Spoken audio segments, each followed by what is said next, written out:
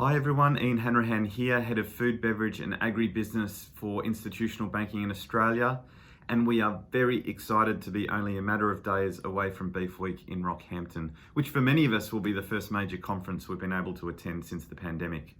ANZ will be there. It's a great opportunity, of course, to catch up with customers, with colleagues and with friends and enjoy a steak or three. As they say in agriculture, life's never boring, and that's no less true of the beef sector at the moment. Now, a lot has been written about the record cattle prices that we're seeing across the country, and a key reason for that, of course, is the restocking or rebuilding phase that the Australian industry is going through following a number of years of drought.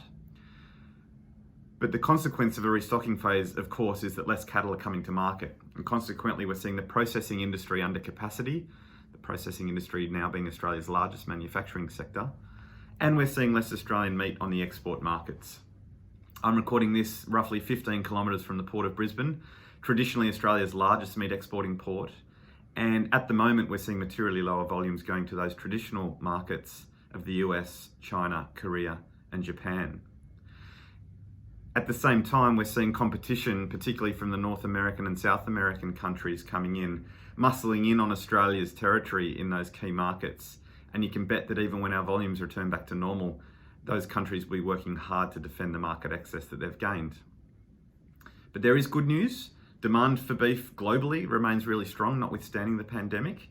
And here in Australia, we produce a product that the world continues to want. So the outlook is really positive.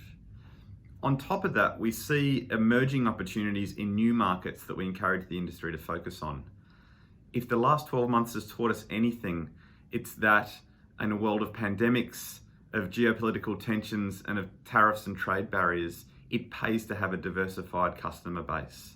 So on top of those traditional markets for Australian beef, we see opportunities emerging in places like the Middle East, Indonesia, Philippines and Vietnam, and we'll be looking towards these in the future.